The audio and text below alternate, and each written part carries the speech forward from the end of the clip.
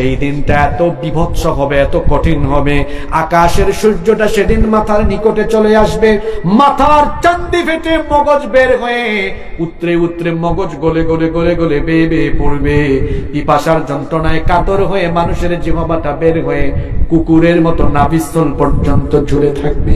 মানুষ ঘামের মধ্যে সাঁতার কাটবে, বিচারের ভয়ে হাসরের মাঠে আল্লাহর সামনে দাঁড়ানোর ভয়ে মানুষগুলো সেই দিন যে নিচের দিকে তাকাবে, একবারও উপরের দিকে মাথা তোলার সাহস করতে পারবে না। আল্লাহর নবী বলেছেন, তোমাদের কেউ যদি কিয়ামতের চিত্র দেখতে চায়, কিভাবে কিয়ামত ঘটবে, কিভাবে শুরু হবে, উদ্বোধন হবে, কেমনে সেটা ঘটবে, এটা যদি কেউ জানতে চায়, বুঝতে চায়, উপলব্ধি করতে চায়, তাহলে সে যেন 3টা সূরা পড়ে। সেই 3টা সূরা হলো সূরাতুল ইনফিতার, সূরাতুল ইনশিকাক এবং সূরাতুত তাকবীর। এই 3টা সূরা যদি কেউ পড়ে এবং হৃদয়ঙ্গম করতে পারে, বুঝতে পারে, তাহলে ঘরে বসেই সে কিয়ামতের চিত্র দেখতে পারবে। তার মধ্যে একটা সূরা হলো আজকের সূরা সূরাতুল ইনফিতার। চলেন আমরা সময় নষ্ট না করি, আরম্ভ করি। এই সূরার প্রথম 5টা আয়াতে কিয়ামতের 2 পর্বের কথা বলা হয়েছে। আসলে কিয়ামত ঘটবে 2 পর্বে। কিয়ামত ঘটবে কয় পর্বে? 2 পর্বে। মুখস্থ করে ফেলবেন আজকে। কিয়ামত ঘটবে 1 পর্বে না 2 পর্বে? কিয়ামত হবে কি বারে বলেন তো দেখি? মাশাআল্লাহ, এই তো পারেন আপনারা। কি বারে? জুমাবারে। জুমাবারে সূর্য উঠবে কোন দিকে? যেদিন কিয়ামত অনুষ্ঠিত হবে সেই দিন সূর্য পূর্ব দিকে উঠবে না, সেই দিন সূর্য পশ্চিম দিকে উঠবে। পশ্চিম দিকে যখন সূর্য উঠবে জুমার দিনে কিয়ামত অনুষ্ঠিত হবে। আর কিয়ামত 1 পর্বে অনুষ্ঠিত হবে না, কিয়ামত অনুষ্ঠিত হবে কয় পর্বে? এই 2 পর্বে কি কি ঘটবে এই সূরার প্রথম 5টি আয়াতে সেটা আল্লাহ তুলে দিয়েছেন। যারা পারেন আমার সাথে পড়েন। আল্লাহ তাআলা বলছেন, ইদাস সামাউ ফাতারাত ওয়া ইদাল কাওয়াকিবু তাসারাত ওয়া ইদাল বিহারু ফুজ্জিরাত ওয়া ইদাল কুবুরু বুথিরাত আলিমাত নাফসুম মা কদ্দামাত ওয়া আখারাত। আল্লাহু আকবার। প্রথম 5 আয়াত আমরা আলোচনা করেছি। এই 5 আয়াতের মধ্যে প্রথম 3 আয়াতে প্রথম পর্বের কথা বলা হয়েছে। প্রথম কয় আয়াত? 3 আয়াতে। কোন পর্ব? প্রথম পর্ব। কিয়ামতের এই 2 পর্ব উদ্বোধন করার জন্য আল্লাহ তাআলা একজন বিশেষ ফেরেশতা বানিয়েছেন। সেই ফেরেশতার নাম হলো ইসরাফিল। বলেন তো দেখি, কিয়ামতের ঘটনা ঘটানোর জন্য আল্লাহ যে ফেরেশতা বানিয়েছেন সেই ফেরেশতার নাম কি? ওই ফেরেশতার দায়িত্ব হলো সিংহাধ্বনি, সিংহায় ফুৎকার দেওয়া। ওই ফেরেশতাকে বানানোর পর থেকে সেই ফেরেশতা তার মুখের সামনে বিশেষ সেই সিংহা নিয়ে অপলক নয়নে আরশে আজিমের দিকে অপলক নয়নে তাকানোর পাশাপাশি কান পেতে আছেন কখন আল্লাহর তরফ থেকে আদেশ আসবে। জুমাবারে যেই দিন সূর্য পশ্চিম দিগন্ত থেকে উদিত হবে, আল্লাহ তাআলা তখন ইসরাফিলকে বলবেন, ইসরাফিল তুমি তোমার দায়িত্ব পালন আরম্ভ করো, তুমি তোমার সিংহাধ্বনি বাজাও। ইসরাফিল আলাইহিস সালাম তখন আল্লাহর আদেশ পাওয়ার পরে সিংহায় প্রথমবার যখন ফুৎকার মারবেন, প্রথমবার সিংহায় ফুৎকার মারার সঙ্গে সঙ্গে কি হবে? আল্লাহ তাআলা কোরআনে কারীমে বলছেন, ওয়া নুফিখা ফিস সূরি ফাসাইকা মান ফিস সামাওয়াতি ওয়া মান ফিল আরদি ইল্লা মান শাআ আল্লাহ। সিংহায় যখন প্রথমবার ফুৎকার দেওয়া হবে, আসমান সমূহ আর জমিনে তখন যারা থাকবে এই সিংহার বিকট আওয়াজে, তখন যারা বেঁচে থাকবে এদের কানের পর্দা সঙ্গে সঙ্গে ফেটে যাবে, তৎক্ষণাৎ তারা মারা যাবে। আল্লাহু আকবার। আব্বাজানরা এদিকে তাকান, বাবা বুঝেন কথাগুলো। এখানে মনে করেন একটা বিকট আওয়াজ হলো, বিকট আওয়াজ, এই আওয়াজে কি আপনার কানের পর্দা ফাটবে? কিন্তু ইসরাফিল যখনই সিংহা বাজাবে, প্রথম সিংহার ধ্বনিতে কানের পর্দা ফেটে গিয়ে সাথে সাথে মানুষ বেহুশ হয়ে ওখানেই মারা যাবে। আল্লাহু আকবার বলেন, আল্লাহু আকবার। অবস্থা কি খুব স্বাভাবিক না অস্বাভাবিক? বলেন স্বাভাবিক না অস্বাভাবিক? এতগুলো মানুষের অবস্থা, সব শেষ, কেউ বেঁচে নাই। সিংহায় একবার ফুৎকার দেওয়ার সঙ্গে সঙ্গে আসমানের অবস্থা কি হবে? এই যে আল্লাহ শুরু করছেন, ইদাস সামাউন ফাতারাত, সিংহার ধ্বনির পরে আসমান ফেটে যাবে, বিদীর্ণ হয়ে যাবে। কেমন সিংহার ধ্বনি বুঝেন তো? আসমান কি হবে? জোরে বলেন। আসমান কয়টা? কয়টা? الذي خلق سبع سماوات طباقا, তিনি 7 আকাশ 7 স্তরে বানিয়েছেন। 7টা আসমান ভেঙে টুকরা টুকরা হয়ে যাবে। বাবারা দেখেন আসমানের আয়তন, আসমানের বিশালতা দেখেন। এই কামারখন্দেও আপনি যদি থাকেন আসমান দেখবেন, যদি সিরাজগঞ্জ শহরে যান নীল আসমান দেখবেন, ঢাকায় গেলে সেখানেও আসমান দেখবেন। আপনি দুবাইয়ে যান, ইউরোপে যান, আমেরিকায় যান, যেখানেই যান না কেন সেখানে আসমান আছে না নাই? এই যে দেখেন, আমি ধারণা করছি এই প্যান্ডেল হয়তোবা সব মিলিয়ে এখানে 20 থেকে 25,000 স্কয়ার ফিট হতে পারে। 20-25,000 স্কয়ার ফিট শামিয়ানা প্যান্ডেল দাঁড় করানোর জন্য এখানে খুঁটির সংখ্যা কম না বেশি? জোরে বলেন, কম না বেশি? কিন্তু আসমানের সীমানা বিজ্ঞানীদের বাপদাদারাও জানে না। বিশাল এই আসমান, মাথার উপরে যিনি স্থাপন করেছেন তিনি কি এই আসমানকে পিলার আর খুঁটি দিয়ে শূন্যের উপরে রেখেছেন নাকি? আসতে বলবেন না, জুড়ে বলেন, কোন পিলার আছে নাকি? কোরআনুল কারীমের 13 নম্বর সূরা সূরাতুর রা'দের 2 নম্বর আয়াতে আল্লাহ তাআলা বলছেন, আল্লাহুল্লাযী রাফা'আস সামাওয়াতি বিগাইরি আমাদিন তারাউনাহা সুম্মা ইসতাওয়া আলাল আরশ। তোমাদের মাথার উপরে সুবিশাল সুবিস্তৃত এই আসমানকে পিলার ছাড়া, খুঁটি ছাড়া, যিনি তোমাদের মাথার উপরে বিশাল আয়তনের এই আসমানকে ঝুলিয়ে রেখেছে, গলার আওয়াজ বড় করে সবাই বলেন, তিনি কে? কোন পিলার আছে? আপনার কি মনে হয় এটা আল্লাহ এমনি এমনি স্থাপন করেছে? নো, একটা কারণ আছে না নাই? আপনার বাড়িতে টিন আছে, ছাদ আছে, কেন দিয়েছেন? যাতে শীতকালে কুয়াশা না পড়ে, বর্ষাকালে বৃষ্টি না পড়ে, গ্রীষ্মকালে যেন রোদের তাপ না লাগে। এই আসমান এটা আল্লাহ এমনি এমনি বানান নাই। The sky has been built as a roof for the protection of the earth. এটাকে আল্লাহ তাআলা এই পৃথিবীবাসীর সুরক্ষার জন্য একটা সুরক্ষিত ছাদ বানিয়ে দিয়েছেন। এজন্য রব্বুল আলামিন কোরআনুল কারীমের 21 নম্বর সূরা সূরাতুল আম্বিয়া এর 32 নম্বর আয়াতে বলছেন, وَجَعَلْنَا السَّمَاءَ سَقْفًا مَحْفُوظًا وَهُمْ عَنْ آيَاتِهَا مُعْرِضُونَ। আর তোমাদের মাথার উপরে এই সুবিস্তৃত আসমানকে আমি সুরক্ষিত ছাদ বানিয়েছি। এটা সুরক্ষিত ছাদ কেন? এটা যদি না থাকতো, বিজ্ঞান বিভাগে যারা পড়াশোনা করেন তারা জানেন মহাশূন্যে অসংখ্য উল্কাপিণ্ড আছে। কোন একটা উল্কা যদি কোনো কারণে পৃথিবীতে একবার পড়ে যেতে পারত, মানুষ তো দূরের কথা, জিন, পশুকুল, প্রাণীকুল, উদ্ভিদকুল, গাছপালা, নদ নদী যা আছে সবকিছু একেবারে জলে পুড়ে ভস্মীভূত হয়ে যেত। উল্কাপিণ্ড যেন মহাশূন্য থেকে এদিকে আসতে না পারে, এজন্য আল্লাহ আসমানের মধ্যে বায়ুমণ্ডলীয় স্তর সৃষ্টি করে রেখেছে, যাতে করে উল্কাগুলো সরাসরি আসতে না পারে। আবার অন্যদিকে দেখেন, এই যে সূর্য, এই সূর্যকে আমরা অনেক ছোট দেখি, কিন্তু এই সূর্য হলো পৃথিবী থেকে 15 কোটি কিলোমিটার দূরে অবস্থিত। আল্লাহু আকবার। সূর্যের আলো সেখান থেকে পৃথিবীতে আসতে সময় নেয় 8 মিনিট 10 সেকেন্ড।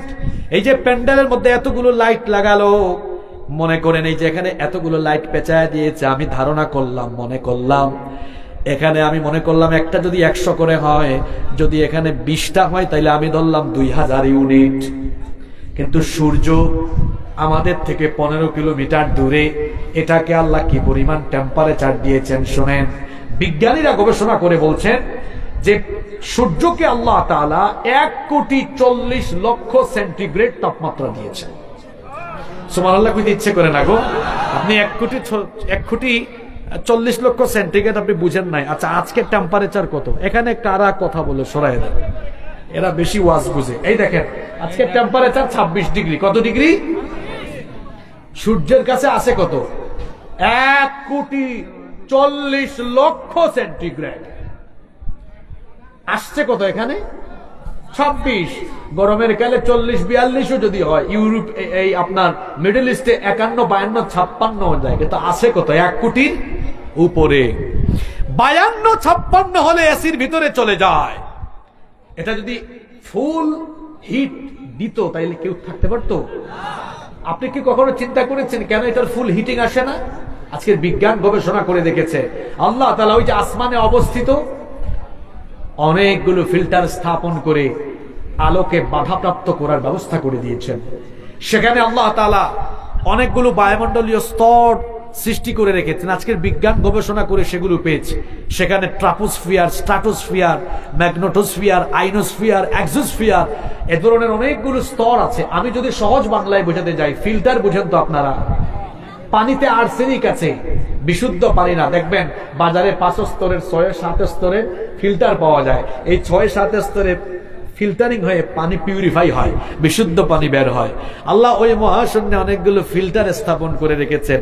সূর্যের আলো সরাসরি দুনিয়ায় আসে না, ওখানে এসে বাধা খায়। বাধা খাওয়ার পরে ওই ফিল্টারগুলোতে ফিল্টারিং হয়ে হয়ে হয়ে হয়ে হয়ে হয়ে হয়ে হয়ে যেটুকু আলো দুনিয়ায় আসলে আল্লাহর বান্দারা বেঁচে থাকবে, ততটুকু আলো আল্লাহ দুনিয়াতে পাঠান। এই রহমতটা কার? জোরে বলেন রহমতটা কার? তাহলে আসমান মাথার উপরে কি এমনি এমনি আছে না এটা সুরক্ষিত ছাদ? এই সুরক্ষিত ছাদ থাকবে না গো ভাই। সেদিন ইসরাফিল প্রথমবার যখন ফুৎকার মারবে, কি হবে? এটা একটু আগেই বললাম, কি হবে? চিন্তা করেছেন? ফেটে যাবে। এখন আসমান তো একটা না, কয়টা? একটার উপর আর একটা এভাবে পড়বে। এই যে দেখেন একটার উপরে আরেকটা এভাবে পড়বে।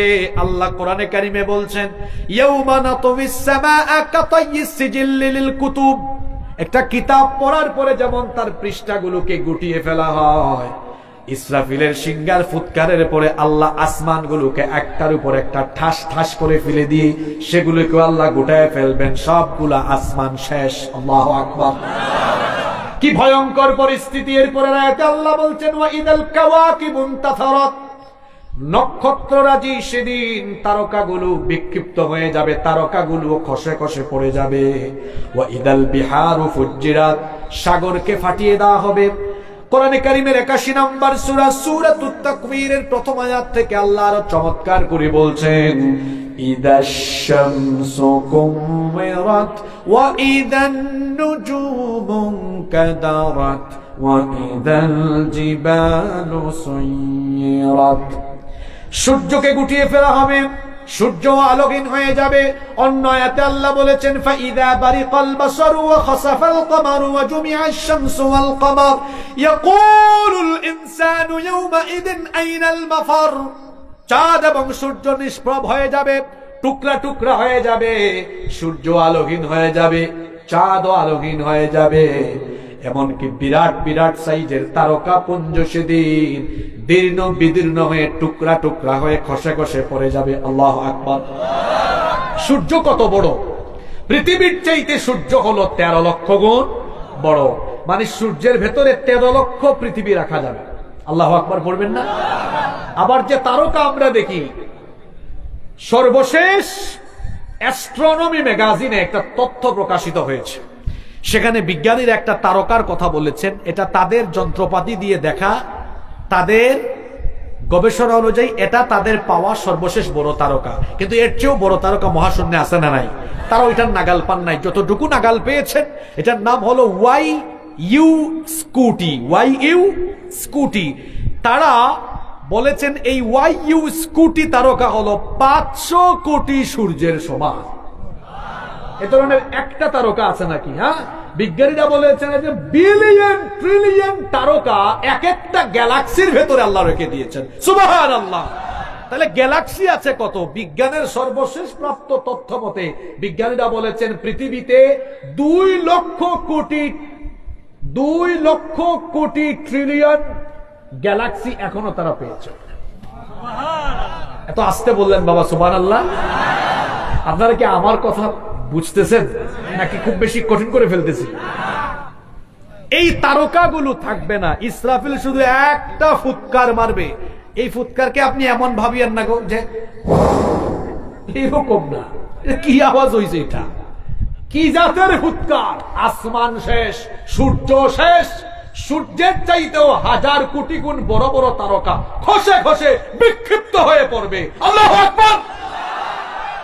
অবস্থা কত ভয়াবহ চিন্তা করতে পারছেন? কেন ইমাজিন। এরপরে সাগরের কথা আল্লাহ বলছেন, ওয়াইদাল বিহারু ফুজ্জিরাত, সাগর ফেটে যাবে। সাগর কি হবে? সাগর কেন ফাটবে? এটা কি অবাস্তব কথা না বাস্তব কথা? বাস্তব তো বললেন, যদি বলি বাবা কেমনে ফাটবে একটু ব্যাখ্যা দেন তো, তখন তো হা করে তাকায় থাকবে। সাগর কেমনে ফাটবে শুনেন, কুরআন বুঝার একটা মজা আছে। কুরআনের এক আয়াতের তাফসীর অন্য আয়াতে আছে না নাই? ওই যে ইসরাফিল সিংহার ধ্বনি দেওয়ার সঙ্গে সঙ্গে গোটা দুনিয়ায় সেদিন এক প্রবল ভূমিকম্প হবে। এখন তো ভূমিকম্প হয় বাংলাদেশে, ভারতে হয় না, এশিয়ায় হয়, আফ্রিকায় হয় না, ইউরোপে হয়, আমেরিকায় হয় না।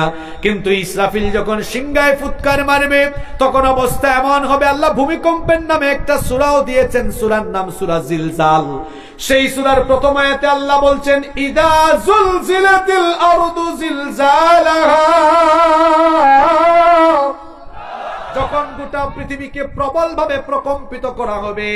ইন্না জালজালাতাস সাআতি শাইউন আযীম, নিশ্চয়ই কিয়ামতের সেই কম্পন হবে বড় ভয়াবহ কম্পন।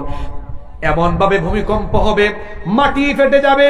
তখন সাগরের তলদেশে যা আছে, সাগরের তলদেশটা ফেটে যাবে। সাগরের তলদেশ যখন ফেটে যাবে তখন সাগরের পানিগুলো ভূ অভ্যন্তরে নেমে যাবে, নিচে নেমে যাবে। সমুদ্র বিজ্ঞান নিয়ে যারা গবেষণা করেন তারা জানেন যে সাগরের অভ্যন্তরে অত্যন্ত গরম ফুটন্ত লাভা সেখানে টকবক করছে। ইসরাফিলের সিংহার ফুৎকারের পরে যখন সাগরের তলদেশ ফেটে গিয়ে পানিগুলো ভূ অভ্যন্তরে নামবে, যখন উত্তপ্ত লাভার সাথে গিয়ে পানিগুলো মিলবে, বিজ্ঞান নিয়ে যারা পড়াশোনা করেছেন তারা জানেন পানির প্রাথমিক অবস্থা হলো হাইড্রোজেন এবং অক্সিজেন। অক্সিজেন জ্বালাতে সাহায্য করে আর হাইড্রোজেন তো নিজে নিজেই জ্বলে। পানি সেদিন যখন তার মূল উপাদানে ফিরে যাবে তখন সাগরের নিচ থেকে সাগরের উপর দিয়ে আগুন জ্বলে উঠবে। আল্লাহু আকবার। এই ধরনের বিভৎস পরিস্থিতিতে আল্লাহর সাজানো গোছানো এত চমৎকার, এত নয়নাভিরাম এই মহাবিশ্ব লন্ড ভন্ড চূর্ণ বিচূর্ণ মেসাকার হয়ে যাবে, কিচ্ছু থাকবে না। কেবলমাত্র একজন থাকবেন। গলার আওয়াজটা বড় করে বলেন তো তিনি কি? আল্লাহ তাআলা বলেছেন, কুল্লু মান আলাইহা ফান ওয়া ইয়াবকা ওয়াজহু রাব্বিকা যুল জালালি ওয়াল ইকরাম। সবকিছু ফান হয়ে যাবে, ক্ষয় হয়ে যাবে, লয় হয়ে যাবে, কিছুই থাকবে না। কেবলমাত্র একজন মহামহিয়ান গরিয়ান সত্তা অবশিষ্ট থাকবেন। আর যিনি থাকবেন তিনি আমাদের রব। তিনি কি? এটা হলো কিয়ামতের প্রথম পর্ব। আসমান শেষ, জমিন শেষ, পাহাড় শেষ, সাগর শেষ, সবকিছু শেষ হয়ে যাবে। ইসরাফিল সিংহার মধ্যে ফুৎকার দিবেন মোট 2 বার। জুড়ে বলেন তো কয়বার? এটা হলো প্রথম ফুৎকারের পরবর্তী অবস্থা। সব যখন শেষ হয়ে যাবে আল্লাহ বলবেন, কিরে ইসরাফিল, তুমি আবার তোমার দ্বিতীয়বার সিংহায় ফুৎকার দিয়ে তোমার দায়িত্ব তুমি কমপ্লিট করো। ইসরাফিল এবার দ্বিতীয়বার সিংহায় ফুৎকার মারবেন। দ্বিতীয়বার তিনি যখন সিংহায় ফুৎকার মারবেন তখন কিয়ামতের দ্বিতীয় পর্ব আরম্ভ হবে। কততম পর্ব? দ্বিতীয় পর্বটা কেমন হবে আল্লাহ এবার বলছেন, সুম্মা নুফিখা ফীহি উখরা ফাইযা হুম কিয়ামুন ইয়ানযুরুন। তখন মানুষ কবর থেকে উঠে গিয়ে দণ্ডায়মান হবে। আজীব এক পরিস্থিতি, কবরগুলো ঠাস ঠাস করে খুলবে, কবরগুলো খুলবে আর খুলবে, আর মানুষগুলো কবর থেকে উঠবে তো উঠবে। সুবহানাল্লাহ। এই কথা আল্লাহ আজকের যে আলোচ্য সূরা সেই সূরার 4 নম্বর আয়াতে বলেছেন ওয়া ইদাল কুবুরু মু'সিরাত, আর কবরগুলোকে খুলে দেওয়া হবে, কবরগুলোকে উন্মোচিত করে দেওয়া হবে। আল্লাহ তাআলা সূরা আদিয়াতের মধ্যে আরো বলেছেন আফালা ইয়ালামু ইযা বু'সিরা মা ফিল কুবুর,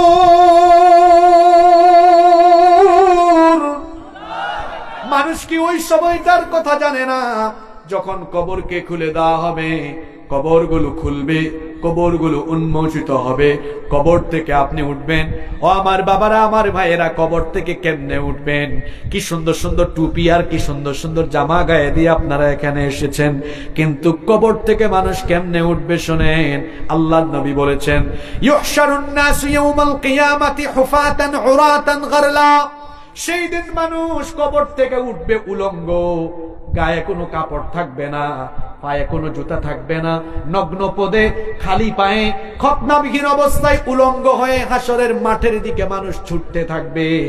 আম্মা জান আয়েশা রাদিয়াল্লাহু আনহা তখন বললেন, ওগো আল্লাহর নবী, আয়েশা যদি, আপনার আয়েশা, আপনার বিবি আয়েশা যদি এই রকম কবর থেকে উলঙ্গ হয়ে উঠে আর হাসরের মাঠে যদি এভাবে যায়, তাহলে আমার কি লজ্জা লাগবে না, আমার কি শরম লাগবে না? কারণ গায়ে তো কাপড় চোপড় নাই। আল্লাহর নবী তখন বললেন, আমার বিবি আয়েশা শোনো, সেই দিনটা এত বিভৎস হবে, এত কঠিন হবে, আকাশের সূর্যটা সেদিন মাথার নিকটে চলে আসবে, মাথার চান্দি ফেটে মগজ বের হয়ে উতরে উতরে মগজ গলে গলে গলে গলে বেয়ে বেয়ে পড়বে, পিপাসার যন্ত্রণায় কাতর হয়ে মানুষের জিহ্বাটা বের হয়ে কুকুরের মতো নাভিস্থল পর্যন্ত ঝুলে থাকবে, মানুষ ঘামের মধ্যে সাঁতার কাটবে, বিচারের ভয়ে হাসরের মাঠে আল্লাহর সামনে দাঁড়ানোর ভয়ে মানুষগুলো সেই দিন যে নিচের দিকে তাকাবে, একবারও উপরের দিকে মাথা তোলার সাহস করতে পারবে না। আল্লাহু আকবার। ভয়াবহ পরিস্থিতি। ওয়া ইদাল কুবুরু মু'সিরা, কবরকে উন্মোচিত করে দেওয়া হবে।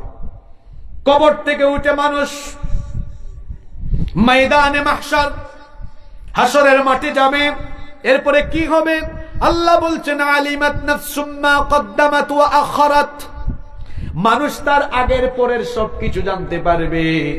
দুনিয়াতে সে যা কিছু করেছে সবকিছু সেদিন, সবকিছুর হিসাব সেদিন না হবে, যত কিছু করেছে সবকিছু তার সামনে হাজির করা হবে। সেই দিন বিচার করবেন কি? আসতে বলবেন না, জোরে বলেন, বিচার করবেন কি? ও আমার যুবক ভাইয়েরা, আমি তো আজকে এই কামারখন্দ দিয়ে ঢুকার সময় দেখলাম রাস্তাঘাটে বসে বসে কয়েকজন বিড়ি খায়, সিগারেট খায়। আমার নিজের চোখে আমি দেখলাম এই যৌবন আর তারুণ্য কি দেওয়া হয়েছে বিড়ি সিগারেট খাওয়ার জন্য নাকি? আসতে বলবেন না, জোরে বলেন, বিড়ি সিগারেট খাওয়ার জন্য নাকি? ইবনে মাসউদ রাদিয়াল্লাহু আনহু হাদিস বর্ণনা করেছেন, এটা তিরমিজি শরীফের হাদিস। আল্লাহর নবী বলেছেন লা তাজুলু কদামা ইবনি আদম মিন ইনদি রাব্বিহি হাত্তা ইউসআলা আন খামসিন, কিয়ামতের দিন 5 প্রশ্নের জবাব না দিয়ে কেউ তার কদম নড়াতে পারবে না। এখন যে আপনি নড়াচড়া করতে পারেন, নড়তেও পারবেন না, কয়টা প্রশ্নের জবাব না দিয়ে? তার মধ্যে একটা প্রশ্ন করা হবে আন শাবা, তার মধ্যে একটা প্রশ্ন করা হবে, বান্দারে, আন শাবাবিহি ফিমা আবলাহু, তোমার যৌবনকে কোথায় তুমি কিভাবে ব্যয় করেছো? যৌবনকালে কি যুবতীর সাথে তাফালিং করেছো নাকি? যৌবনকালে কি গার্লফ্রেন্ডের পেছনে পেছনে ঘুরেছো নাকি? বেনামাজি হয়েছো নাকি? যৌবনকালে তুমি কি তোমার যৌবন আর তারুণ্য বিড়ি সিগারেট আর মাদকের পেছনে দিয়েছো নাকি? গোটা যৌবনের হিসাব যার কাছে দেওয়া লাগবে, জুড়ে বলেন তিনি কি? আরো জুড়ে বলেন তিনি কি? যৌবনের হিসাব, জীবনের হিসাব, এই যে 5টা প্রশ্ন সবগুলা শোনায় ফেলি। 1 নম্বরে আন উমরিহি ফিমা আফনাহু, জীবনের হিসাব দেওয়া লাগবে, কিভাবে জীবন কাটালেন। আন শাবাবিহি ফিমা আবলাহু, যৌবনের হিসাব দিতে হবে, যৌবন কিভাবে কাটালেন। মালুহু মিন আইনা কাসাবাহু, মাল সম্পদ কিভাবে উপার্জন করলেন। ওয়া ফিমা আনফাকাহু, কোথায় তা খরচ করলেন। ওয়া মাযা আমিলা ফিমা আলিমা, যতটুকু জেনেছেন ততটুকু আমল করেছেন কিনা। এই সবগুলো প্রশ্নের জবাব যার সামনে দিতে হবে তিনি কে? আরো জোরে বলেন তিনি কে? সেই আল্লাহ বলছেন তোমাকে যে দুনিয়ায় পাঠালাম তোমার সময় নষ্ট করার জন্য, আমার সম্পর্কে গাফেল হওয়ার জন্য তো দুনিয়ায় তোমাকে পাঠাই নাই। সুতরাং বান্দারে আমার কাছে যেহেতু আসাই লাগবে, আমার সামনে এসে যেহেতু তুমি হিসাব দেওয়াই লাগবে, সুতরাং বান্দারে তোমার কাছে আমি আল্লাহর প্রশ্ন হলো, পরের আয়াতে আল্লাহ প্রশ্ন করছেন আপনাকে, ইয়া আইয়ুহাল ইনসানু মা গাররাকা বিরাব্বিকাল কারীম। আল্লাহ কোশ্চেন করছেন, সওয়াল করছেন আপনার কাছে। কার কাছে বলেন না? কার কাছে? আপনার কাছে। কি কোশ্চেন করছেন? তুমি তো আমার কাছে আসবে, কই যাবা তুমি, কোথায় যাবা তুমি বলো? যতই লাফালাফি করো ফিরে আসতে হবে কার কাছে? সুতরাং তোমার কাছে আমার প্রশ্ন, ইয়া আইয়ুহাল ইনসান, হে মানুষ, মা গাররাকা বিরাব্বিকাল কারীম, কোন জিনিস তোমাকে তোমার রব সম্পর্কে গাফেল করে ফেলেছে? তোমার রব, তাকে ভুলে গিয়েছো তুমি। আজান হয়, তোমার রব তোমাকে ডাকে নামাজে আসার জন্য, তুমি তাকে ভুলে গিয়েছো। তুমি তার গোলামি করো না, তুমি তার আদেশ নিষেধ মানো না। মা গাররাকা বিরাব্বিকাল কারীম, কিসে তোমাকে ধোঁকায় ফেলে দিল? অথচ তিনি তোমার এমন রব, আল্লাযী খালাকাকা ফাসাওয়াকা ফাআদালাক, তিনি তোমাকে সৃষ্টি করেছেন, সুঠাম এবং সুসামঞ্জস্যপূর্ণ করেছেন। এই যে আমি আর আপনি এখন 3.5 ফুট, 3.5 হাত, 5 ফিট 6 ইঞ্চি 7 ইঞ্চি, 65, 70, 75, 80 কেজি ওজনের মানুষ, কিন্তু একটা সময় আমি আপনি কিছুই ছিলাম। কথা বলেন না কেন? আল্লাহ তাআলা আপনাকে বলছেন, শোনেন, প্রশ্ন করছেন। এখানেও ইনসানের নামে আল্লাহ একটা সূরা দিয়েছেন, সূরার সিরিয়াল নাম্বার হলো 76। প্রথম আয়াতে আল্লাহ বলছেন, হাল আতা আলাল ইনসানি হিনুম মিনাদ দাহরি লাম ইয়াকুন শাইআম মাযকুরা। মানুষের জীবনে কি এমন একটি সময় অতিবাহিত হয়নি যখন সে কিছুই ছিল না, নাম ঠিকানা ঘর বাড়ি তার কিছুই ছিল না? কিভাবে আল্লাহ, আমি আল্লাহ তোমাকে অস্তিত্ব দিলাম, কিভাবে আমি আল্লাহ তোমাকে বানালাম। বান্দা শোনো, আল্লাহ তাআলা কোরআনে কারীমের 23 নম্বর সূরা সূরাতুল মুমিনুনের 12 থেকে 14 নম্বর আয়াতে বলছেন, ওয়ালাকাদ খালাকনাল ইনসানা মিন সুলালাতিন মিন তিন সুম্মা জাআলনাহু নুতফাতান ফি قرار مكين ثم خلقنا النطفة علقة فخلقنا العلقة مضغة فخلقنا المضغة عظاما فكسونا العظام لحما। অবশ্যই আমি তোমাকে মাটির নির্যাস থেকে সৃষ্টি করেছি, পুরুষের স্পাম আর মহিলাদের অভাব, এই দুটোকে একত্রিত করে 1 ফোঁটা নাপাক পানি। শুনো বান্দা, এত লাফালাফি কিসের করো? 1 ফোঁটা নাপাক পানি থেকে আমি আল্লাহ তোমাকে বানিয়েছি। যে নাপাক পানি বের হয়ে গেলে মানুষের উপর গোসল ফরজ হয়, এইরকম 1 ফোঁটা নাপাক পানি থেকে আমি আল্লাহ তোমাকে বানানো স্টার্ট করলাম, শুরু করলাম। ওই নাপাক পানি ফুটাকে কি করলাম শোনো, সুম্মা জাআলনাহু নুতফাতান ফি করারিম মাকিন, সেটাকে তোমার মায়ের জরায়ুর ভেতরে একটা সুরক্ষিত আধারে, সুরক্ষিত জায়গায় রেখে দিলাম। এরপরে সেই নাপাক পানি ফুটাকে আমি আল্লাহ জমাট বাঁধা রক্তে পরিণত করলাম। অতঃপর সেই জমাট বাঁধা রক্তকে গোশতপিণ্ড বানালাম। এরপরে সেই গোশতপিণ্ডকে বড় একটা হাড্ডিতে রূপান্তর করলাম।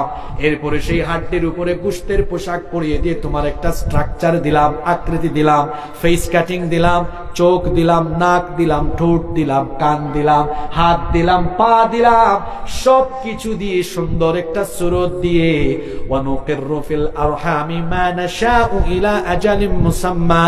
সূরা হজের মধ্যে আল্লাহ বলেছেন, সুন্দর একটা সুরত দিয়ে নির্দিষ্ট সময় পর্যন্ত তোমার মায়ের পেটের ভেতরে আমি আল্লাহ তোমাকে রেখে দিলাম। সুম্মা নুখরিজুকুম তিফলা, এরপরে 2.5, 3, 4 4.5 কেজি ওজনের একটা বাচ্চার আকারে তোমার মায়ের পেটের ভেতর থেকে আমি আল্লাহ বের করে এনে তোমাকে দুনিয়ার আলো বাতাস দেখালাম। সুবহানাল্লাহ, বাড়ি গিয়ে বলি। সে আল্লাহ বলছেন তুমি কিছুই ছিলে না, আল্লাযী খালাকাকা, তিনি তোমাকে সৃষ্টি করেছেন। শুধু সৃষ্টি করেন নাই রে বান্দা, ফাআদালাক, সুঠাম করেছেন, সুসামঞ্জস্যপূর্ণ করেছেন। ফি আইয়ি সূরাতিন মা শাআ রাক্কাবাক, তিনি যেমনটা চেয়েছেন তেমন আকৃতি তোমাকে দিয়েছেন। সুতরাং যিনি তোমাকে বানালেন সেই আল্লাহর কাছে আবার তুমি চলে যাবে। তুমি হয়তো ভাবছো তুমি মরে যাওয়ার পরে তোমার শরীর যখন শেষ হয়ে যাবে, ক্ষয় হয়ে যাবে, লয় হয়ে যাবে, মাটির সাথে মিশে যাবে, কে আবার আমাকে জিন্দা করবে? বান্দারে এটা মনে করো না, কারণ যিনি তোমাকে প্রথমবার বানিয়েছেন পরের বারও বানাতে পারবেন কিনা? আসতে বললেন কেন? পারবেন কিনা? হ্যাঁ, আমার হাতে এটা কি বলেন? এটা কি গো বলেন? কি এটা? মোবাইল। মোবাইলের মিস্ত্রিকে এই এলাকায় কি বলে? মিকার বলে নাকি? মিকার বলে না? এটা নষ্ট হয়ে গেল ফোন, আপনি কামার খন্দে গেলেন, বলেন ভাই দেখেন তো কি হয়েছে। এরপরে মিস্ত্রি এটা খুলে ফেললো, খোলার পরে সবগুলা পার্ট আলাদা আলাদা রাখলো। আপনি দেখলে মাথা হ্যাং করে, আরে এত কিছু খুলে ফেলেছে, ফিটিং দিতে পারবে কিনা? দেখবেন 10-15 মিনিট পরে আবার সব ফিটিং দেয়া, বলবে ভাই আপনার মোবাইল আপনি নেন। এই যে একটা মোবাইল পার্টস গুলো আলাদা আলাদা করে আবার জোড়া লাগাই দেয়, তার মাথায় জ্ঞান দিয়েছেন কে? আল্লাহর দেওয়া জ্ঞান দিয়ে মানুষ যদি কোনো কিছু খোলার পরে আবার ফিটিং দিতে পারে, জ্ঞানদাতা আল্লাহ বুঝে আমার আপনার এই মাত্র ছোট্ট 3.5 হাত বডি মরে যাওয়ার পরে একদম পচে গেলে, গলে গেলে, শেষ হয়ে গেলে এই পার্টস গুলো আবার জোড়া লাগাইয়া কিয়ামতের দিন ফিটিং দিয়া আল্লাহ আমাদেরকে তার সামনে হাজির করতে পারবেন না? জোরে বলেন পারবেন। যদি এটা বিশ্বাসই করেন, নামাজ ছাড়েন কেন? মহিলারা আছেন নাকি মাহফিলে? বেপরদা বের হন কেন?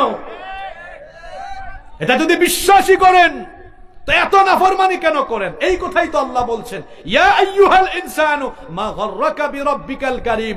কোন জিনিস তোমার মহান রব সম্পর্কে তোমাকে গাফেল করে ফেললো, অথচ তিনি সৃষ্টি করেছেন। আবার তার কাছে ফিরে যাওয়া লাগবে কিনা? জোরে বলেন, লাগবে কিনা? অথচ তোমাদের স্বভাব হয়েছে এমন, দুনিয়াতে আসার পরে তোমাদের অবস্থা হয়েছে এমন। কাল্লা বাল তুকাযযিবুনা বিদ্দীন, বিচার দিবসকে তোমরা অনেকে মিথ্যা মনে করো। বিচার দিবস আছে, এটা তোমার ফিলিংস এর ভেতরেও আসে না। এই বান্দা তুমি কি মনে করো তোমাকে দুনিয়ায় এমনি এমনি ছেড়ে দিয়েছে নাকি? বান্দা শোনো, আফা হাসিবতুম আন্নামা খালাকনাকুম আবাসান ওয়া আন্নাকুম ইলাইনা লা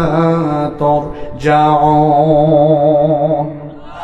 মানুষ কি মনে করেছে তাকে আমি অযথাই সৃষ্টি করেছি, সে কি আমার কাছে ফিরে আসবে না, এটা কি সে মনে করেছে নাকি? আর দুনিয়ায় আমি তাকে একাকী ছেড়ে দেই নাই। দেখবেন গুরুত্বপূর্ণ ঘর বাড়ি, মার্কেট কিংবা গুরুত্বপূর্ণ স্থাপনার মধ্যে সিসিটিভি আছে না নাই? আসতে বলবেন না, জোরে বলেন আছে না নাই? এই মাদ্রাসায় আছে, লাগাই দিয়েন। মুহতামিম সাহেব, মাদ্রাসায়ও লাগাই, দরকার আছে, সিসিটিভির দরকার আছে না? চুরি হয়ে যায় তো অনেক সময়, সিসিটিভি থাকলে ভালো না? তো এই যে সিসিটিভি লাগায়, সিসিটিভি লাগায়া দেখা যায় অনেক দূর থেকে দেখা যায় আপনার স্থাপনায় কি হচ্ছে। এখন সিসিটিভি বানানোর বুদ্ধি মানুষের মাথায় দিলেন কে? সেই আল্লাহ বুঝি আমাকে আপনাকে সিসিটিভি ছাড়া দুনিয়ায় দিয়ে দিয়েছেন। আরো জোরে বলেন, আল্লাহ বলছেন এমনটা ভেবো না বান্দা। শোনো, আল্লাহ পরের আয়াতে বলছেন গুনাহ কেমনে করো রে বান্দা, কেমনে তুমি পাপ করো তুমি কি জানো না? ওয়া ইন্না আলাইকুম লাহাফিযিনা কিরামান কাতিবিনা ইয়ালামুনা মা তাফআলুন। ওয়া ইন্না আলাইকুম লাহাফিযিন, আমি তো তোমার সাথে সংরক্ষণকারী তত্ত্বাবধায়ক ফেরেশতা নিয়োগ করে দিয়েছি। কয়জন দিয়েছেন আল্লাহ? জোরে বলেন। রব্বুল আলামিন কোরআনুল কারীমের 50 নম্বর সূরা সূরাতুল কাফের 17 নম্বর আয়াত থেকে বলছেন, ইয ইয়াতালাক্কাল মুতালাক্কিয়ানি আনিল ইয়ামিনি ওয়া আনিশ শিমালি কাঈদ মা ইয়ালফিযু মিন কওলিন ইল্লা লাদাইহি রাকীবুন আতীদ। ডানে এবং বামে দুজন ফেরেশতা দুজন ফেরেশতা তোমাদের আমলনামা গ্রহণ করে ডানের ফেরেশতা ভালো ভালো আমল লিখে, বামের ফেরেশতা যত আকাম কুকাম করো সেগুলা লিখে। ও বান্দা, তুমি কি মনে করো তুমি যে রাতের অন্ধকারে নীরবে নিভৃতে কুয়াশাচ্ছন্ন এরিয়ার ভেতরে কি করো? এমন কিন্তু রুমের মধ্যে দরজা বন্ধ করে দিয়ে, যুবক ভাইয়েরা শোনো, রুমের মধ্যে রাতের বেলা দরজাটা বন্ধ করে দিলা, রাতের বেলা দরজাটা বন্ধ করে দিয়া এরপরে গুগল শরীফে গিয়া পর্ন সাইটে ঢুকে পর্ন মুভি দেখলা, ইউটিউবে গিয়া আজে বাজে মুভি দেখলা। বাবাও জানলো না, মাও জানলো না, ভাইও জানলো না, বোনও জানলো না। কিন্তু এই অন্ধকার ঘরের ভেতরে, এই তালা লাগানো ঘরের ভেতরেও দুইজন ফেরেশতা আপনার সাথে নিয়োগ করে দিয়েছেন। কি হ্যাঁ, অন্ধকার রাতে কোথায় কোন আকাম কুকাম করো কেউ জানে না। জানেন কি? জোরে বলেন, কে জানেন? এই আখিরাতের ভয় থাকলে মানুষ আকাম কুকাম করতো? কথা বলছেন না কেন? করতো। আল্লাহ বলছেন, শোনো বান্দা, তোমাকে আমি একাকী ছেড়ে দেই নাই, ওয়া ইন্না আলাইকুম লাহাফিযিন, নিশ্চয়ই আমি তোমাদের সাথে তত্ত্বাবধায়ক ফেরেশতা নিয়োগ করেছি, তাদের নামও আছে। এখন প্রশ্ন হতে পারে, হুজুর তাদের নাম কি? তাদের নাম কি কলিমউদ্দিন না সলিমউদ্দিন, জসিমউদ্দিন না রহিমউদ্দিন? আল্লাহ বলছেন তাদের নাম হলো কিরামান কাতিবিনা ইয়ালামুনা মা তাফআলুন। এদের নাম হলো কিরামান কাতিবিন। এদের নাম কি? কিরামান কাতিবিন। এর বাংলা অর্থ হলো সম্মানিত লেখক। আল্লাহ এদেরকে এত সুন্দর নাম দিয়েছেন, নাম যেমন কামও তেমন। আমার দেশে দেখবেন অনেক মানুষের নামের সাথে কামের কোনো মিল। নাম হইল ফজর আলী, কিন্তু এই বেচারা ফজরের নামাজ পড়ে না, ঘুম থেকে উঠে দুপুর 12টায়। নাম হইল রমজান আলী, রমজান মাসে দুপুর বেলা গাঞ্জাটা নেই। নাম হইল কুরবান আলী, কিন্তু কুরবানি দেয় না। নাম হলো ইমান আলী, ইমানের কোনো খবর নাই। নাম এর সাথে কামের কোনো কি নাই, মিল নাই। দেখবেন মা বাবা নাম রেখেছে ইনসাফ আলী। ইনসাফ আলী কোর্টে বসেছে অথবা সচিবালয়ে বসেছে, দেখা যায় ইনসাফ করে না, কলমের খুঁচায় খুঁচায় বেইনসাফ করে। এমন বেইনসাফ বাংলাদেশে আছে না? না, হ্যাঁ, এমন বেইনসাফি বাংলাদেশে গত 17 বছর ছিল বলেই তো কুরআনের খাদেমদেরকে, ইসলামী আন্দোলনের নেতৃবৃন্দকে অন্যায়ভাবে ফাঁসি দিয়ে নির্মমভাবে হত্যা করা হয়েছে।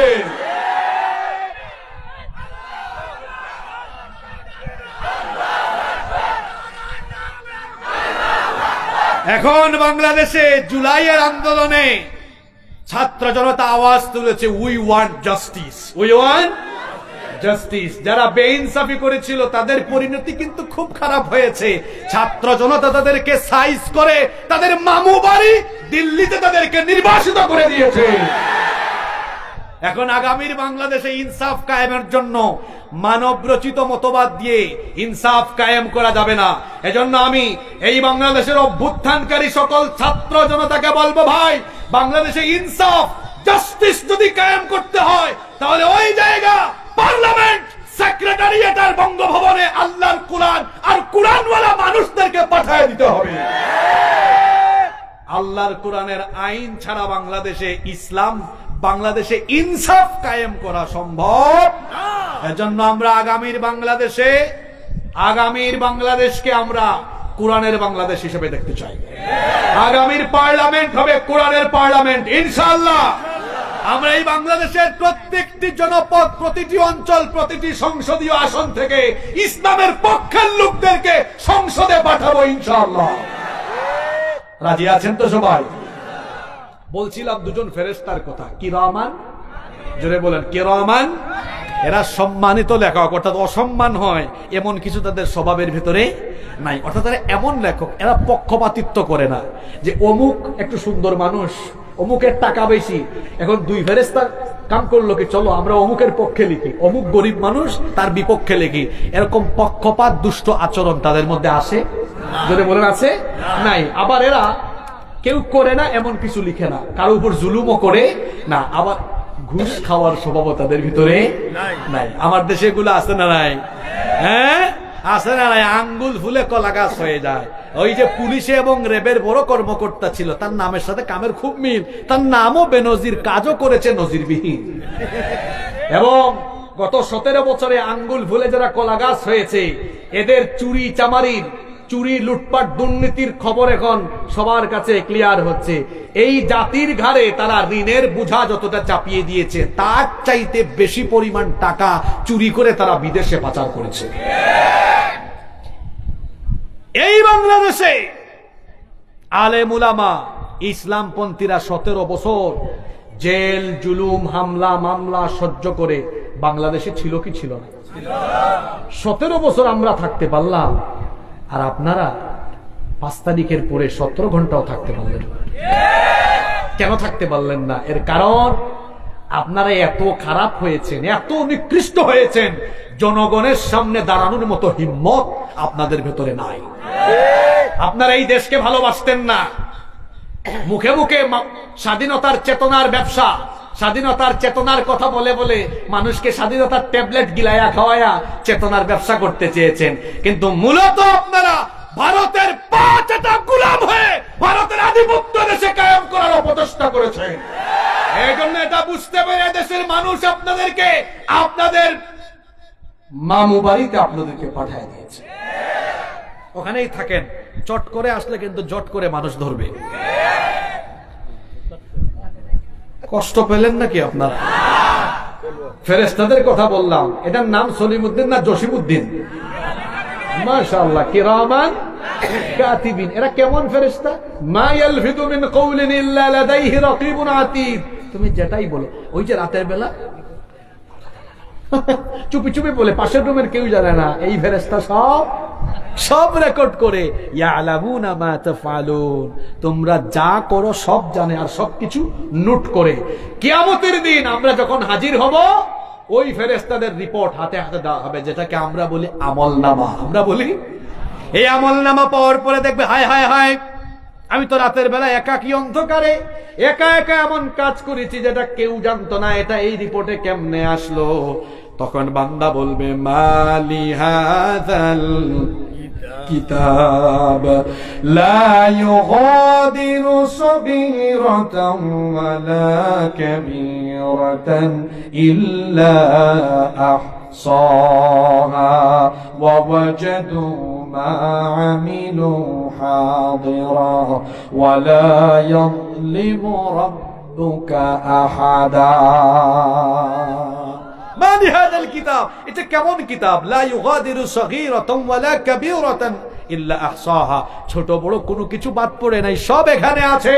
ওয়া ওয়াজাদু মা আমিলু হাদিরা, যা করেছে সব হাজির দেখতে পাবে। ওয়ালা ইয়াযলিমু রাব্বুকা আহাদা, তোমার রব সেদিন কারো উপরে জুলুম করবেন না। আল্লাহ ন্যায় বিচারক, সেদিন ট্রাইব্যুনাল বসবে, আর সেই ট্রাইব্যুনালের বিচারপতি কে? আল্লাহ। আল্লাহর বিচারে জুলুম আছে? আমরা তো বিচার করতে গিয়ে মাঝে মাঝে অবিচার করি। অবিচার করে দেখা যায় আমার মত, আমার আদর্শের বিরুদ্ধে গেলে পরে মিথ্যা নাটক মঞ্চস্থ করে আমি ফাঁসি দিয়া মানুষ মেরে ফেলি। কি বলেন, এরকম হয় নাই? কুরআনের পাখি আল্লামা দেলাওয়ার হোসেন সাঈদী, তিনি মানবতা বিরোধী যুদ্ধাপরাধী আর ধর্ষণের মতো এই ধরনের মিথ্যা বাজে অপবাদ তারা যা দিয়েছে, এগুলো আপনারা বিশ্বাস করেন? বিশ্বাস করেন? শয়তান বিশ্বাস করে? তারা আল্লামা দেলাওয়ার হোসেন সাঈদীকে মিথ্যা অপবাদ দিয়ে যুদ্ধাপরাধ, মিথ্যা নাটক মঞ্চস্থ করে তারা তাকে জনগণ থেকে বিচ্ছিন্ন করতে চেয়েছিল, কিন্তু এদেশের জনগণ তার থেকে বিচ্ছিন্ন হয়ে যায়নি, বরং দিন দিন তার প্রতি মানুষের অগাধ ভালোবাসা, শ্রদ্ধাবোধ বেড়ে গিয়েছিল। যারা তাকে জনগণ থেকে বিচ্ছিন্ন করতে চেয়েছিল, তারা নিজেরাই জনবিচ্ছিন্ন হয়ে গিয়ে বাংলাদেশ ছেড়ে তাদের দাদা বাবুদের দেশে তারা চলে গিয়েছে। বলছিলাম আল্লাহর বিচারের কথা, সেদিন বিচারক কে? জোরে বলেন, বিচারক কে? দুনিয়াতে অবিচার করলে, ওই যে একটা হাদিস আছে, ইত্তাকুয যুলম ফাইন্নায যুলমা যুলুমাতুন ইয়াওমাল কিয়ামা, জুলুম থেকে বেঁচে থাকো, কারণ জুলুমের পরিণতি কিয়ামতে বড় অন্ধকার, ভয়াবহ হবে। এমনকি অন্য হাদিসে এসেছে, আল্লাহর নবী বলেছেন জুলুমের শাস্তি দুনিয়া থেকে আরম্ভ হয়। আরম্ভ হয়ে গেছে। কিন্তু এক বিচারপতি বলতো, খুব আমাকে একটু বলতে দেন, খুব কি বলে গৌরবের সাথে বলতো, এই মানিক সোনাকে, এই কালো মানিক সোনাকে ধরা হয়েছে কিন্তু আমার এলাকায় সিলেটে। আর আমাদের সিলেটের মানুষ কিন্তু সাংঘাতিক অতিথি পরায়ণ। কিন্তু কলা পাতায় শুয়ে রেখেছে, তারপর সুযোগ বুঝে ফাটিয়ে দিয়েছে। খুব অতিথি পরায়ণ সিলেটের মানুষ। আহা, ক্ষমতা। মানুষ ক্ষমতা পেয়ে মাঝে মাঝে পাগল হয়ে যায়, দিশেহারা হয়ে যায়, বুঝে না যে ক্ষমতা যতক্ষণ আছে এই পুলিশ হাত দিয়া পাও দিয়া সালাম মারে, স্যালুট মারে, চলে গেলে আবার এরাই হাত পাও দুইটা দিয়া মারে। আপনি ক্ষমতার অপব্যবহার করবেন, আখিরাতের শাস্তির আগে দুনিয়ায়ও কি বললেন শাস্তি আছে না? দেখবেন এক একটারে কিভাবে এখন পুলিশ বান্দা বান্দা উঠায় না? এটা কি দলীয় সরকার? দলীয় সরকারও না, তারপরে তাদের এই অবস্থা। দলীয় সরকার হইলে তবে আমরা বলি যে কারো উপরে জুলুম করা ঠিক না, যে যতটুকু করবে সে বিচারের আলোকে তার প্রাপ্য পাক, এতে কোনো অসুবিধা নাই। কিন্তু দেখেন বেজ্জতি কারে কয়? তারা গত 17 বছরে আলেম উলামাদের হাতের মধ্যে হাত করা লাগিয়েছে, দড়ি লাগিয়ে, গরুর দড়ি লাগিয়ে তারা আদালতে তুলেছে। আজ আল্লাহ একই রকমের পরিস্থিতিতে তাদেরকে ফেলেছেন। বরং আলেম ওলামাদেরকে আদালতে তোলা হলে মানুষ দেখলে কাঁদতো, মহিলারা কান্না করতো, পেলে সালাম দিত আর দোয়া করতো, বলতো আরে হুজুর আপনাদেরকে এরা এত জুলুম করে। আর এদেরকে পাইলে পাবলিক সুযোগ বলে স্যান্ডেলটা খুললা চিন্তা করে বেশি দামি না কম দামি, কম দামি সিরা হইলে মারে, নইলে পচা ডিম মারে, ভালো ডিমও মারে। এই অপমান, এই জিল্লতি, এই বেজ্জতি এদের তরফ থেকে, এদের উপরে এসেছে কার তরফ থেকে? আল্লাহ। বলছিলাম আল্লাহর বিচারের কথা। আল্লাহর বিচার আছে না নাই? আপনাদের বিশ্বাস হয়? এই বিশ্বাস রাখতে হবে আল্লাহর বিচার আছে, আল্লাহ বিচার করবেন এবং কিয়ামতে আমার প্রতিটি বিষয় সম্পর্কে আল্লাহ জানতে চাইবেন। এই ফিলিংস আমাদের অন্তরে থাকলে আল্লাহর গুলামির পথে আমাদের মন কখনো বিচ্যুত হবে না ইনশাআল্লাহ। কষ্ট হচ্ছে আপনাদের? আমি তো শেষ দিকে চলে আসছি, আমরা 7 থেকে 8 মিনিট থাকতে পারবো না ইনশাআল্লাহ। বিচার চলবে, বিচার চলবে, বিচার আরম্ভ হবে। বিচার আরম্ভ করার পরে সেই দিন যারা সৎকর্মশীল পুণ্যবান বান্দা তারা কোথায় যাবে, আর যারা দুরাচারী পাপাচারী তারা কোথায় যাবে? আল্লাহ পরের আয়াত থেকে এবার বর্ণনা দিচ্ছেন। আল্লাহ তাআলা বলছেন ইন্নাল আবরারা লাফি নাঈম ওয়া ইন্নাল ফুজ্জারা লাফি জাহিম। আল্লাহ তাআলা বলছেন ইন্নাল আবরারা লাফি নাঈম, নিশ্চয়ই পুণ্যবান সৎকর্মশীল নেককার বান্দারা নিয়ামতের ভিতরে থাকবে। কোরআনের একটা মজা হলো এক আয়াতের তাফসীর অন্য আয়াতে পাওয়া যায়। এই নিয়ামত কি হবে আল্লাহ পরবর্তী সূরা 83 নম্বর সূরা মুতাফফিফিনের 22 নম্বর আয়াতের মধ্যে বললেন কোন কোন নিয়ামতে বান্দা থাকবে। শোনো, ইন্নাল আবরারা লাফি নাঈমিন আলাল আরাইকি ইয়ানদুরুন তারিফু ফি বুজুহিহিম নাদরাতান নাঈম ইউসকাউনা মির রহিকিম মাখতুম খিতামুহু মিসকুম ওয়া ফি যালিকা ফালইয়াতানাফাসিল মুতানাফিসুন ওয়া মিজাজুহু মিন তাসনিম আইনান ইয়াশরাবু বিহাল মুকাররাবুন। কি সুন্দর বর্ণনা কোরআনে এসেছে। ইন্নাল আবরারা লাফি নাঈম, নিশ্চয়ই জান্নাতীরা পুণ্যবান সৎকর্মশীল নেককাররা নিয়ামতে থাকবে। সেই নিয়ামত কি? আলাল আরাইকি ইয়ানজুরুন, জান্নাতের সুসজ্জিত আসন সমূহে হেলান দিয়ে জান্নাতের নয়নাভিরাম দৃশ্য তারা অবলোকন করবে। কি মনে হয় জান্নাত এটা কত সুন্দর? এটা আপনার কল্পনার ভিতরে আছে?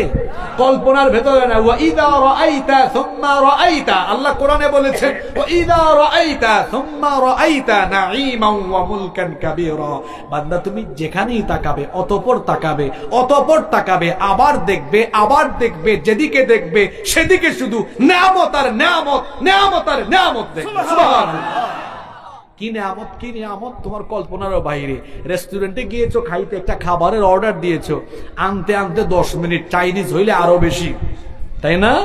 আর জান্নাতে জান্নাতি কোনো খাবার খেতে চাইবে, চাওয়া মাত্রই সামনে হাজির হয়ে যাবে।